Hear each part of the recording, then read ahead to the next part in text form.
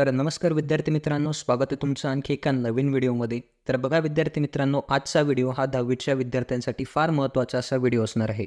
कारण आजच्या व्हिडिओमध्ये आपण बोर्डाच्या परीक्षेसाठी व्याकरण विभागात कुठले प्रश्न तुम्हाला विचारले जातील ते आपण आजच्या व्हिडिओमध्ये बघणार आहोत. त्यामुळे आजचा व्हिडिओ हा 10वीच्या प्रत्येक अभ्यासू विद्यार्थ्यासाठी महत्त्वाचा असणार आहे. त्यामुळे आजचा व्हिडिओ तुम्ही काळजीपूर्वक व शेवटपर्यंत नक्की बघा. जर तुम्ही चॅनलवरती नवीन असाल तर चॅनलला नक्की सबस्क्राईब करा. तर बघा विद्यार्थी मित्रांनो, तुम्हाला मराठी विषयाच्या पेपरमध्ये विभाग क्रमांक 4 भाषा अभ्यास या विभागामध्ये तुम्हाला व्याकरण घटकावर आधारित प्रश्न हे विचारले जातात. तर बघा, हे प्रश्न एकूण 16 गुणांचे असतात आणि ह्या प्रश्नांमध्ये तुम्हाला समास, शब्दसिद्धी, वाक्प्रचार, शब्दसंपत्ती, लेखन नियम, विरामचिन्हे व पारिभाषिक शब्द अशा घटकांवरती प्रश्न तुम्हाला विचारले जातात. त्यामध्ये बघा, तुमचा प्रश्न क्रमांक 4 व्याकरण कृती एकूण 8 गुणांसाठी आणि प्रश्न क्रमांक 4 भाषिक कृती एकूण 8 गुणांसाठी असा एकूण 16 गुणांसाठी तुमचा प्रश्न क्रमांक 4 असतो.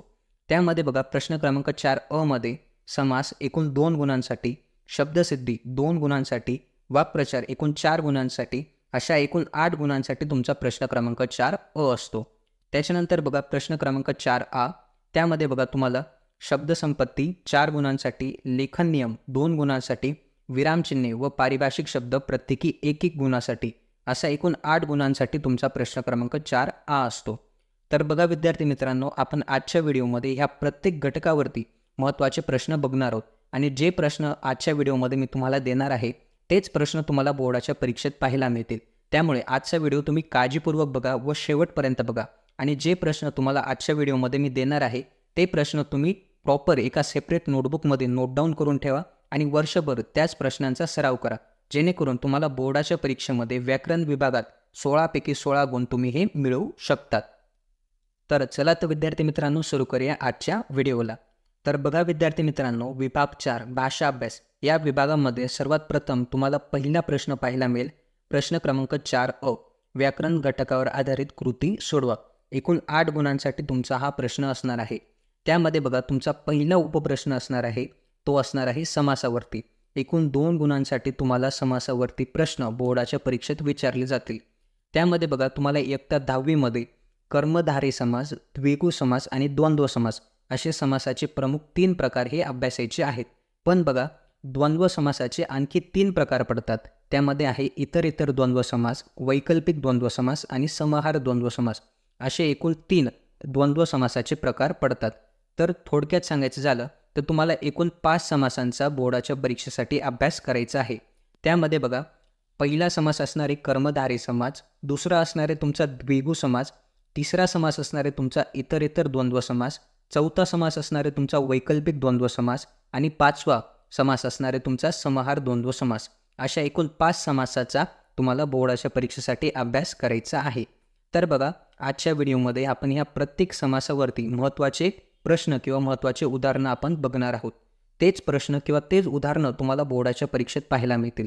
त्यामुळे हे सगळे उदाहरणं तुम्हाला प्रॉपर तुमच्या नोटबुकमध्ये नोट डाऊन करून ठेवायचे आणि त्यांचा छान पद्धतीने तुम्हाला अभ्यास करायचा आहे.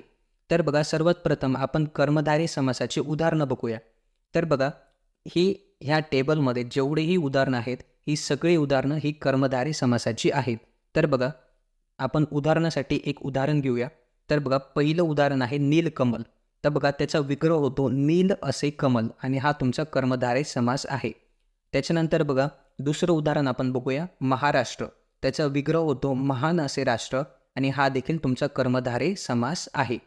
तर बघा विद्यार्थी मित्रांनो, ही सगळी जी उदाहरणं आहेत ही तुमची कर्मधारय समासाची उदाहरणं आहेत. ही उदाहरणं तुम्हाला प्रॉपर तुमच्या नोटबुकमध्ये नोट डाऊन करून ठेवायची आणि छानपैकी ह्या उदाहरणांचा तुम्हाला अभ्यास करायचा आहे. तर बघा, ही आहेत तुमची कर्मधारय समासाची उदाहरणं. त्याच्यानंतर आपण पुढे बघूया द्विगु समासाची उदाहरणं. तर बघा विद्यार्थी मित्रांनो, द्विगु समास. तर बघा, सगळ्यात सोपा असणार आहे तुमचा द्विगु समास. तर बघा, द्विगु समास तुम्हाला कशा पद्धतीने ओळखायचा आहे. तर बघा, द्विगु समासाचा विग्रह हा समूहदर्शक शब्दासारखा होतो. जर थोडक्यात सांगायचं झालं तर ज्या सामासिक शब्दाचा विग्रह हा समूहदर्शक शब्दासारखा होतो तो तुमचा द्विगु समास असतो. तर बघा, उदाहरणार्थ पंचारती हा तुमचा सामासिक शब्द आहे. याचा विग्रह होणार आहे 5 आरत्यांचा समूह आणि हा तुमचा द्विगु समास हा असणार आहे. त्याच्यानंतर आणखी एक उदाहरण आपण बघूया. त्रिभुवन 3 भुवनांचा समूह हा त्याचा विग्रह होतो. हा देखील तुमचा द्विगु समास आहे। तर बघा ही सगळी जी उदाहरणं आहेत ही द्विगु समासाची उदाहरणं आहेत। तर बघा खाली देखील आणखी उदाहरणं आहेत, ही द्विगु समासाची उदाहरणं असणार आहेत। तर बघा हे देखील उदाहरणं तुम्हाला तुमच्या नोटबुकमध्ये नोट डाऊन करून ठेवायची आहेत। कारण बघा आजच्या व्हिडिओमध्ये जे प्रश्न किंवा जे उदाहरणं मी तुम्हाला दाखवतोय त्या व्यतिरिक्त एकही उदाहरण तुम्हाला बोर्डाच्या परीक्षेत वेगळं विचारलं जाणार नाही। त्यामुळे अभ्यास करताना, व्याकरण विभागाचा अभ्यास करताना जे प्रश्न किंवा जे उदाहरणं आजच्या व्हिडिओमध्ये तुम्हाला देणार आहे तेच उदाहरणं किंवा तेच प्रश्न तुम्हाला छानपैकी अभ्यासायचे आहेत। त्याच्यानंतर बघा पुढचा समास आहे तुमचा द्वंद्व समास। तर बघा द्वंद्व समासाचे प्रामुख्याने 3 प्रकार पडतात। त्यात पहिला प्रकार आहे तुमचा इतरेतर द्वंद्व समास, त्याच्यानंतर दुसरा समासाचा प्रकार पडतो तुमचा वैकल्पिक द्वंद्व समास आणि तिसरा समासाचा प्रकार पडतो तो असणार आहे समाहार द्वंद्व समास। तर बघा इतरेतर द्वंद्व समास कशा पद्धतीने ओळखायचा आहे, तर बघा ज्या सामासिक शब्दाचा विग्रह आणि या शब्दाने जोडलेला असतो त्याला आपण इतरेतर द्वंद्व समास म्हणतो। त्याच्यानंतर बघा वैकल्पिक द्वंद्व समास कशा पद्धतीने ओळखायचा, तर बघा ज्या सामासिक शब्दाचा विग्रह किंवा या शब्दाने जोडलेला असतो त्याला आपण वैकल्पिक द्वंद्व समास म्हणतो। त्याच्यानंतर बघा समाहार द्वंद्व समास कशा पद्धतीने ओळखायचा, तर बघा ज्या सामासिक शब्दाचा विग्रह वगैरे या शब्दाने शेवट होतो, उदाहरणार्थ अंथरूण पांघरून वगैरे, भाजीपाला वगैरे अशा पद्धतीने होतो, याला आपण समाहार द्वंद्व समास म्हणतो। तर बघा ही आहेत तुमची इतरेतर द्वंद्व समासाची उदाहरणं। तर बघा ही सगळी जी उदाहरणं आहेत ती इतरेतर द्वंद्व समासाची उदाहरणं आहे। आपण एक उदाहरण बघूया। तर बघा बहीण भाऊ हा शब्द आहे, या सामासिक शब्दाचा विग्रह होतो बहीण आणि भाऊ, हा तुमचा इतरेतर द्वंद्व समास आहे। त्याच्यानंतर बघा आणखी एक उदाहरण बघूया आपण आई वडील, आई आणि वडील असा या सामासिक शब्दाचा विग्रह होतो, हा देखील तुमचा इतरेतर द्वंद्व समास असणार आहे। त्याच्यानंतर बघा आपण वैकल्पिक द्वंद्व समासाची उदाहरणं बघूया। तर बघा ही जी उदाहरणं आहेत ही सगळी उदाहरणं तुमच्या वैकल्पिक द्वंद्व समासाची उदाहरणं आहेत। तर बघा उदाहरणार्थ तुमचा पहिलं उदाहरण आहे किंवा पहिला सामासिक शब्द आहे बरे वाईट। तर बघा या सामासिक शब्दाचा विग्रह होतो बरे किंवा वाईट, हा तुमचा वैकल्पिक द्वंद्व समास आहे। त्याच्यानंतर बघा सत्यासत्य हा तुमचा सामासिक शब्द आहे, त्याचा विग्रह होतो सत्य किंवा असत्य, हा देखील तुमचा वैकल्पिक द्वंद्व समास आहे। त्याच्यानंतर बघा शेवटचा समास आहे तुमचा समाहार द्वंद्व समास। अगदी सोपा समास आहे, तुम्ही इझिली हा समास आयडेंटिफाय करू शकतात किंवा ओळखू शकतात। कारण बघा याची उदाहरणं कशा पद्धतीची असतात, तर बघा अंथरूण पांघरून, भाजीपाला, कपडा लत्ता, अन्न पाणी, पालापाचोळा, केर कचरा अशी याची उदाहरणं असतात आणि याचा विग्रह होतो फक्त वगैरे शब्दाच्या शेवटी वगैरे शब्द तुम्हाला लावायचा आहे। जसं अंथरूण पांघरून वगैरे, भाजीपाला वगैरे। त्याच्यानंतर गुरे वासरे हा सामासिक शब्द आहे, त्याचा विग्रह होतो गुरे वासरे वगैरे, कपडा लत्ता वगैरे, अन्न पाणी वगैरे, पाला पाचोळा वगैरे, केर कचरा वगैरे। तर बघा ही होती तुमची समाहार द्वंद्व समासाची उदाहरणं। तर बघा विद्यार्थी मित्रांनो आत्तापर्यंत आपण व्हिडिओमध्ये कर्मधारय समास, त्याच्यानंतर द्विगु समास आणि द्वंद्व समासाच्या 3ही उपप्रकार समासाची उदाहरणं बघितली। यानंतर आपण बघूया तुम्हाला बोर्डाच्या परीक्षेमध्ये समास घटकावरती कशा पद्धतीचे प्रश्न हे विचारले जातील। तर बघा बोर्डाच्या परीक्षेमध्ये तुम्हाला समासावरती योग्य जोडा लावा किंवा खालील तक्ता पूर्ण करा अशा 2 प्रकारचा प्रश्न तुम्हाला विचारला जाऊ शकतो। यामध्ये बघा पहिला प्रश्न असणार आहे तुमचा योग्य जोड्या लावा, त्यामध्ये तुम्हाला एक सामासिक शब्द दिलेला असेल आणि समासाचे नाव तुम्हाला दिले असेल, तुम्हाला योग्य जोडी ही लावायची असते। तर बघा तुम्हाला बोर्डाच्या परीक्षेमध्ये अशा पद्धतीने पट्टी आणि पेन्सिलीचा वापर करून जोड्या लावायचे नसतात। तुम्हाला बोर्डामध्ये डायरेक्ट उदाहरणार्थ भाजीपाला हा शब्द आहे आणि ह्या शब्दाचा समास असणार आहे समाहार द्वंद्व समास, तर तुम्हाला डायरेक्ट असा ॲरो करून तुम्हाला या समासाचं नाव समोरासमोर लिहायचं आहे। तर बघा बोर्डाच्या परीक्षेमध्ये अशा पद्धतीने पट्टी आणि पेन्सिलाचा वापर करून जोड्या लावायच्या नसतात। त्याच्यानंतर बघा तुम्हाला बोर्डाच्या परीक्षेत समास घटकावरती अशा पद्धतीचा देखील प्रश्न पाहायला मिळू शकतो। यामध्ये बघा खालील तक्ता पूर्ण करा।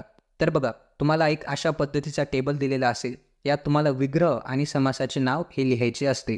तर बघा तुम्हाला उदाहरणार्थासाठी आई वडील हा सामासिक शब्द आहे, याचा तुम्हाला विग्रह करायचा असतो आई आणि वडील आणि समास असणारे तुमचा इतरेतर द्वंद्व समास। अशा पद्धतीने तुम्हाला तक्ता पूर्ण करायचा असतो। तर बघा समास घटकावरती तुम्हाला बोर्डाच्या परीक्षेत अशा पद्धतीचे प्रश्नही विचारले जातात। तर बघा प्रॅक्टिससाठी तुम्हाला खालील प्रश्न देखील तुम्ही अभ्यासू शकता। ठीक आहे, तर बघा विद्यार्थी मित्रांनो आत्तापर्यंत आपण समास घटकावरती डिटेलमध्ये माहिती बघितली की कुठले प्रश्न विचारले जातील, कुठल्या पद्धतीचे किंवा कुठले उदाहरणं तुम्हाला परीक्षेत विचारले जाऊ शकतील, कशा पद्धतीचे प्रश्नांचं स्वरूप असेल, तर ह्या सगळ्या गोष्टी आपण समास घटकाबद्दल डिस्कस केल्या. याच्यानंतर तुम्हाला दुसरा उपप्रश्न विचारला जातो प्रश्न क्रमांक 4 मध्ये. तो असणार आहे शब्दसिद्धी. 2 गुणांसाठी हा तुमचा प्रश्न असतो. तर बघा अगदी सोपा हा प्रश्न असतो. यामध्ये बघा तुम्हाला फक्त आणि फक्त ओळखायचं असतं की जो शब्द तुम्हाला दिलेला आहे तो शब्द तुमचा उपसर्ग गटित आहे, प्रत्यय गटित आहे किंवा अभ्यस्त शब्द आहे. अशा 3 शब्दसिद्धी असतात. तुम्हाला शब्दसिद्धींचे नावंही लिहायचे असतात. तर बघा उपसर्ग गटित शब्द म्हणजे काय?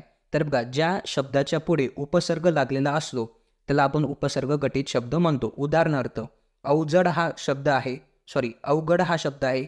या शब्दाच्या पुढे अव हा उपसर्ग लागलेला आहे, याला आपण उपसर्ग गटित शब्द म्हणतो.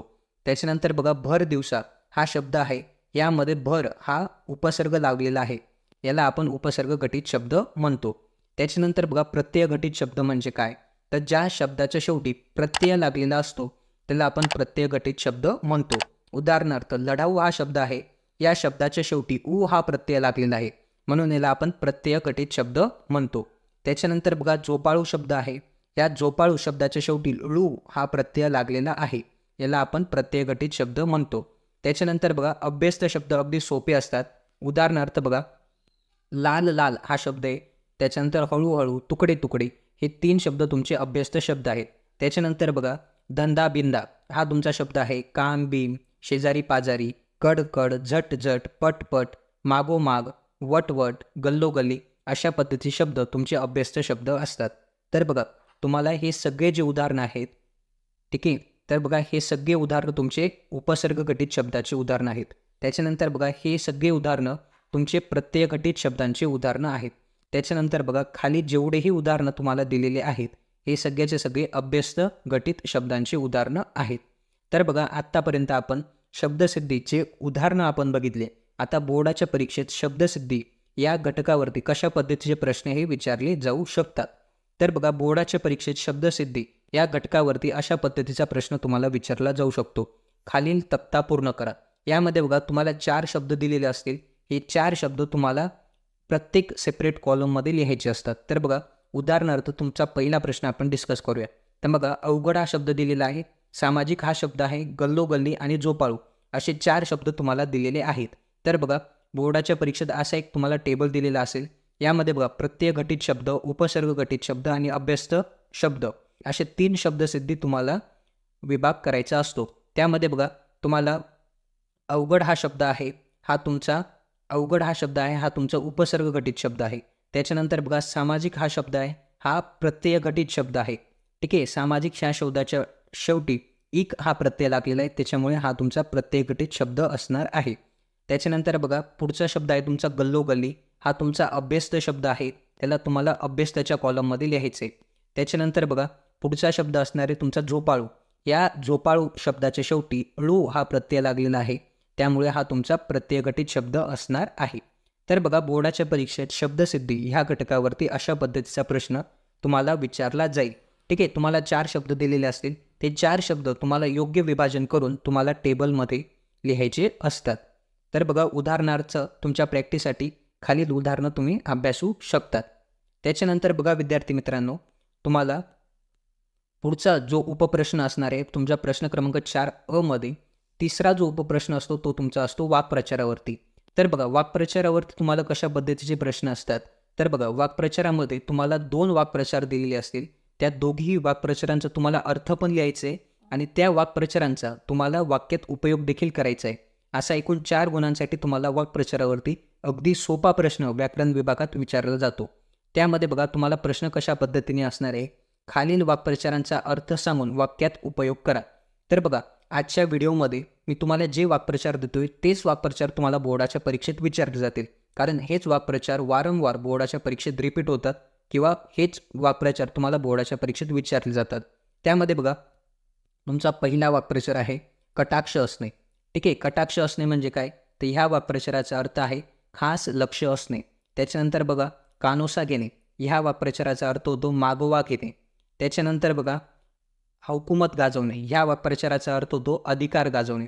त्याच्यानंतर बघा हातात हात असणे, याचा अर्थ होतो सहकार्य करणे. त्याच्यानंतर बघा वीर गती प्राप्त होणे, लढता लढता मरण येणे, ह्या वाक्प्रचाराचा अर्थ होतो त्याच्यानंतर बघा आकाशी झेप घेणे, खूप प्रगती करणे, अशा पद्धतीने बघा वाक्प्रचार आहेत. त्याच्यानंतर आणखी वाक्प्रचार आहेत. ठीक आहे, उदाहरणार्थ आपण एक उदाहरण घेऊया. मातीमोल होणे हा तुमचा वाक्प्रचार आहे. याचा अर्थ होतो पूर्णपणे नाश होणे. ठीक आहे, आणि याचा वाक्यात उपयोग आपल्याला करायला पाहिजे. तर बघा भूकंपामुळे रघुनाथचा वाडा मातीमोल झाला. तर बघा बोर्डाच्या परीक्षेत तुम्हाला वाक्प्रचार या घटकावरती अशा पद्धतीचे प्रश्न हे विचारले जाते. ठीक आहे, तर बघा तुम्हाला एक वाक्प्रचार दिलेला असेल, त्या वाक्प्रचाराचा अर्थ तुम्हाला लिहायचा असतो.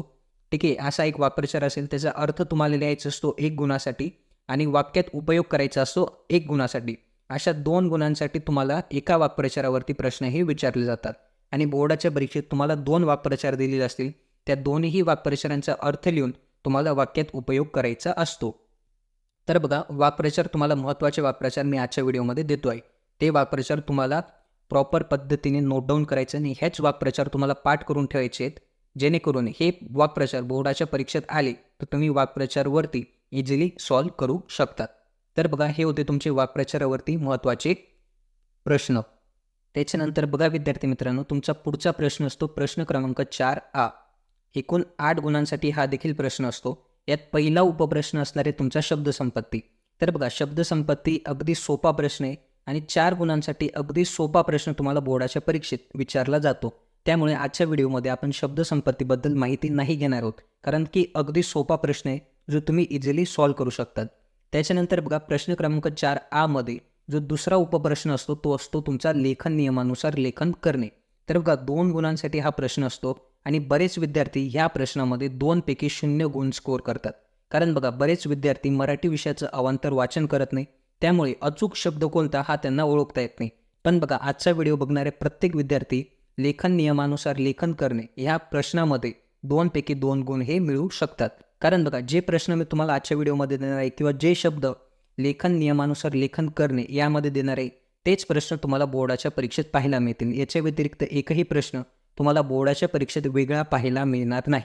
त्यामुळे बघा हे जे शब्द आहेत लेखन नियमामध्ये, हे शब्द तुम्हाला तुमच्या नोटबुकमध्ये नोट डाऊन करून ठेवायचे आहेत आणि प्रॉपर यांचा स्टडी तुम्हाला करायचा आहे की कुठला शब्द कशा पद्धतीने लिहिला जातो, विलांटी, उकार, काना, मात्रा ह्या सगळ्या गोष्टी तुम्हाला बघायच्या आहेत. त्याच्यानंतर बघा आणखी काही उदाहरणं आहेत तुम्हाला लेखन नियमामध्ये. तर बघा हे देखील उदाहरणं तुम्हाला नोट डाऊन करून ठेवायचे आहेत. ठीक आहे, त्याच्यानंतर बघा आणखी काही उदाहरणं आहेत, हे देखील तुम्हाला नोट डाऊन करून ठेवायचे आहेत आणि यांचा छानपैकी स्टडी तुम्हाला करायचा आहे. त्याच्यानंतर बघा विद्यार्थी मित्रांनो, तुमचा पुढचा प्रश्न असतो प्रश्न क्रमांक 4A मध्ये तिसरा उपप्रश्न असतो तुमचा पारिभाषिक शब्द. तर बघा पारिभाषिक शब्द म्हणजे काय, तर इंग्रजीमध्ये दिलेला शब्द तुम्हाला मराठीमध्ये ट्रान्सलेट हा करायचा असतो. तर यामध्ये बघा तुम्हाला महत्त्वाचे पारिभाषिक शब्द मी तुमच्यासाठी आणलेले आहेत. तर बघा तुमच्या मराठीच्या टेक्स्टबुकच्या शेवटी तुम्हाला आणखी खूप सारे पारिभाषिक शब्द दिलेले आहेत. ते देखील पारिभाषिक शब्द तुम्हाला वाचून ठेवायचे आहेत. पण बघा व्हिडिओमध्ये दिलेले हे जे पारिभाषिक शब्द आहेत हेच मोस्ट इम्पॉर्टंट असणार आहेत किंवा हेच तुम्हाला बोर्डाच्या परीक्षेत प्रामुख्याने पाहायला मिळतात. त्याच्यानंतर बघा तुमचा प्रश्न क्रमांक 4A मध्ये शेवटचा चौथा जो प्रश्न असतो तो असणार आहे तुमचा विरामचिन्ह. तर बघा विरामचिन्ह तुम्हाला 1 गुणासाठी विचारलेलं असतं. तर बघा आधी जो बोर्डाचा पेपर पॅटर्न होता त्यामध्ये तुम्हाला विरामचिन्ह वाक्यामध्ये नोट डाऊन करायचे असतात किंवा वाक्यामध्ये दर्शवायचे असतात. पण बघा आता जो सुधारित बोर्डाचा पेपर पॅटर्न आहे त्यामध्ये विरामचिन्हांवरती डायरेक्ट प्रश्न हा विचारला जातो. त्यामध्ये बघा तुम्हाला विरामचिन्ह दिलेलं असेल आणि त्या विरामचिन्हाचं नाव तुम्हाला लिहायचं असतं. त्यामध्ये बघा पहिलं विरामचिन्ह आहे तुमचं पूर्णविराम, दुसरं आहे तुमचं स्वल्पविराम.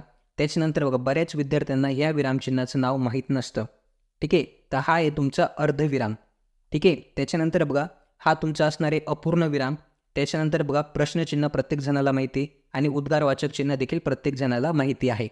तर बघा विद्यार्थी मित्रांनो, आजच्या व्हिडिओमध्ये आपण व्याकरण विभागाचे 16 पैकी 16 गुण आपण डिस्कस केलेले आहेत किंवा कुठले प्रश्न येणार आहेत ते आपण डिस्कस केलेले आहेत. फक्त शब्दसंपत्ती हा जो 4 गुणांचा जो घटक आहे तो आपण आजच्या व्हिडिओमध्ये डिस्कस केलेला नाही आहे. कारण बघा अगदी सोपा प्रश्न असतो शब्दसंपत्ती, ते 4 गुण तुम्ही इझिली मिळू शकतात. त्यामुळे आजच्या व्हिडिओमध्ये आपण ते डिस्कस केलेलं नाही आहे. तर बघा विद्यार्थी मित्रांनो, आजचा व्हिडिओ बनवताना खूप मेहनत घेतलेली. त्यामुळे जर आजचा व्हिडिओ तुम्हाला आवडला असेल तर व्हिडिओला नक्की लाईक करा आणि चॅनलला नक्की सबस्क्राईब करा. त्याचबरोबर तुमच्या 10वीच्या इतर विद्यार्थ्यांसोबत देखील हा व्हिडिओ शेअर नक्की करा.